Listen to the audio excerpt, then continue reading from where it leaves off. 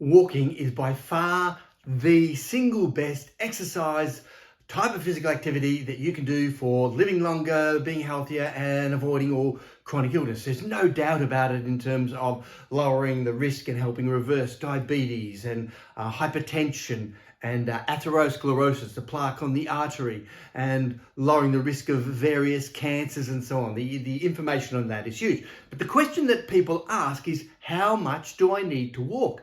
And everyone knows you're supposed to do 10,000 steps. Well, those 10,000 steps were a marketing venture out of Japan about 20 years ago. And that was just someone's academic guess at the time. And because they introduced all those watches that measured walking, and so they came up with the 10,000 steps. Well, there is some good science now behind it in the last couple of years in particular.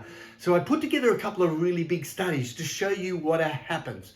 And the first one is, it's all about what's all-cause mortality. So the different forms of things that are going to kill us, sadly to say. It's the cancer, the cardiovascular disease. It even includes a medicine in it, by the way. But all of those aspects that are going to lead to an increase in our death.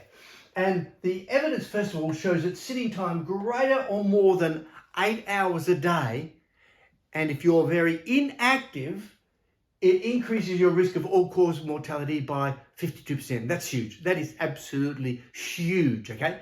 Now, what's also interesting about this is that all of this information is mimicked in your gut microbiome at the same time. And so sitting down actually helps destroy your gut microbiome. But any amount of getting up and moving around reduces your risk of all-cause mortality and improves your gut microbiome. And I'll again touch on that in a moment. And so we've got an increase in 52% risk of all-cause mortality just by sitting down and not being active as we age. And then we look at, okay, how many steps, and I've got two figures here, all-cause mortality and cardiovascular disease. And the different numbers represent different studies that have been able to cobble together.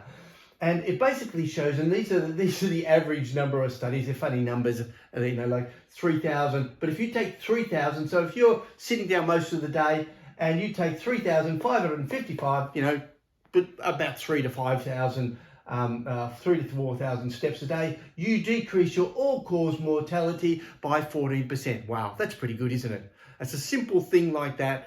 There is no medicine in the world that even comes anywhere near that. Then you've got up around about 5,800, say 6,000 steps, and you decrease your all-cause mortality by a whopping 40%. And you decrease your risk of a heart attack and stroke and any other heart condition by 20%. So the other 20% is made up of obviously things like cancers and other things that may be contributing to deaths. When you get up to around about 7,822 steps, it's a 45%. No big gap, so you've got to do quite a bit more to get a little bit extra, but 45% decrease in all-cause mortality, 38% decrease in cardiovascular disease. Then you get to the famous 10,000 steps, and it says there's a 53% reduction in all-cause mortality, and most of that comes from a reduction in your cardiovascular disease. So the message is pretty simple. That 10,000 steps works really well. Now, what's great is that when you get to 12,000 steps, this is another study. So the numbers aren't precise when you would be comparing them, but it's giving you an indicator. 12,000 steps, another 2,000 steps added in there, you've got a 65% reduction in all-cause mortality. So the message is the more you walk. And now 10,000 is the optimal about, but if you can do 12 on a good day, fantastic. Now the other studies all about just physical activity replicate this pretty much the same. There are other exercises you can do, by the way, for strength training and flexibility. I'll be talking about those later. But what also mimics all of this is your gut microbiome. The gut microbiome is the healthiest in the people who walk the most. And what this appears to do is if you're a diabetic and you're overweight, it literally overwhelms those negative effects of those on your body, e.g. insulin resistance and inflammation, and reverses them. So both from the gut microbiome perspective, walking is more powerful than having diabetes and weight.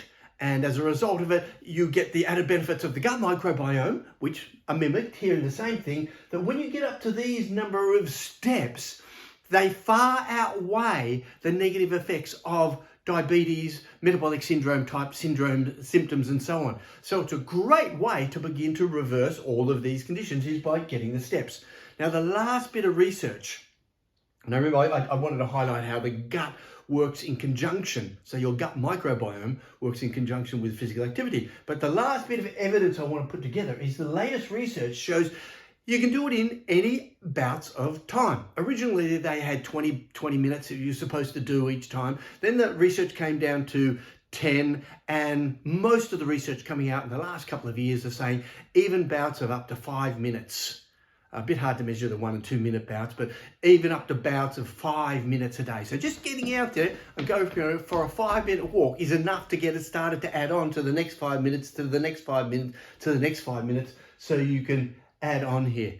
Now, how many steps are there in an hour? Well, it's probably close to about 6,000 for the average person.